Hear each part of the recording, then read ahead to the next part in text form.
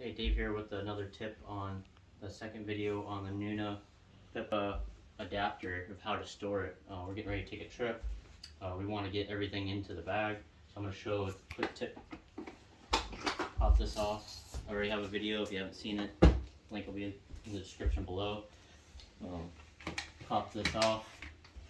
This comes apart, so we're trying to think of a way it won't fit in here or in our bags, but if you look on the bottom and you have a ballpoint pin, everybody has that, you can take this apart. So you just push here on this adapter piece and then pull it apart.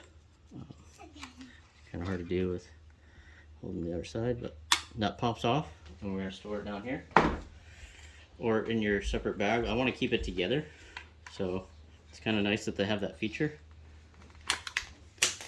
It's in here. I keep the cup holders down here, and then this all collapses down. Stored perfectly, just like that. And then we can pop the wheels off. And we highly recommend the travel bag. So we have the travel bag and the front wheels come off, and we pop this all in the travel bag. So you just push the button here, these come off, and they fit right in the top of this bag. And we're gonna slide the sleeve over.